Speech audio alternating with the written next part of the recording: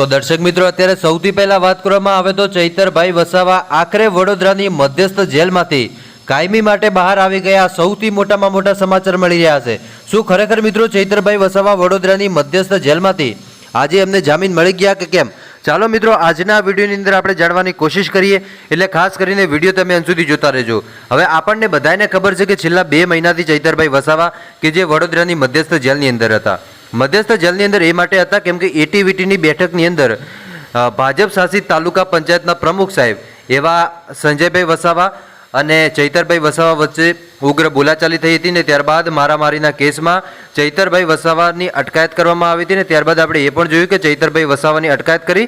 ત્યાર પછી સંજયભાઈ વસાવાએ ચૈતરભાઈ વસાવા ઉપર પોલીસ ફરિયાદ દાખલ કરીને ત્યાર પછી ચૈતરભાઈ વસાવાની અટકાયત કરી અને સીધા એમને વડોદરાની મધ્યસ્થ જેલની અંદર લઈ ગયા.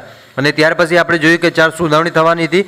એમાં નોટિસ બોર્ડ ઉપર ચૈતરભાઈ વસાવાનું નામ ન આવ્યું. ક્યાં કે વકીલોએ સમયગાળો માગ્યો હાઈકોર્ટની અંદર.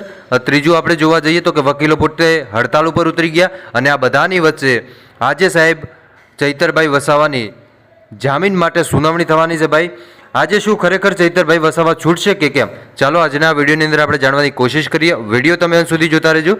વિડીયોની શરૂઆત કરીએ એની પહેલાં એક લાઇક કરી, ચેનલ ઉપર પહેલી વાર આવો છો તો ચેનલને અવશ્ય સબસ્ક્રાઇબ કરજો, જેથી કરીને મારા ભાઈઓ અને બહેનો આવનારા સમયમાં આવા તમને અનેકો વિડીયો મળતા રહેશે. હવે અત્યારે વાત કરવામાં આવે તો ચૈતરભાઈ વસાવા વડોદરાની મધ્યસ્થ જેલની અંદર છે. હાઈકોર્ટ મિત્રો 11 વાગે ઓપન થશે. જ્યારે હાઈકોર્ટ 11 વાગે ખુલશે ત્યારે ચૈતરભાઈ વસાવાને તે હાઈકોર્ટમાં લઈ જવામાં આવશે. અને જ્યારે ચૈતરભાઈ વસાવાનું નામ નોટિસ બોર્ડ ઉપર આવશે અને ત્યાર પછી ચૈતરભાઈ વસાવાને લઈને વકીલ સાહેબ અને જજ સાહેબ બંને એ પોતાને બધી જોશે મિત્રો, જે લખેલું હશે કાગળોમાં એ બધું. અને ત્યાર પછી ચૈતરભાઈ વસાવાને જેલની બહાર મૂકવા કે ન મૂકવા એ જજ સાહેબ બધા કાગળિયા અને બધા ગુના જોઈ અને પછી વિચારશે. ભાઈ, તો તમને શું લાગે મિત્રો કે શું ખરેખર આજે ચૈતરભાઈ વસાવા જેલમાંથી બહાર આવશે કે કેમ?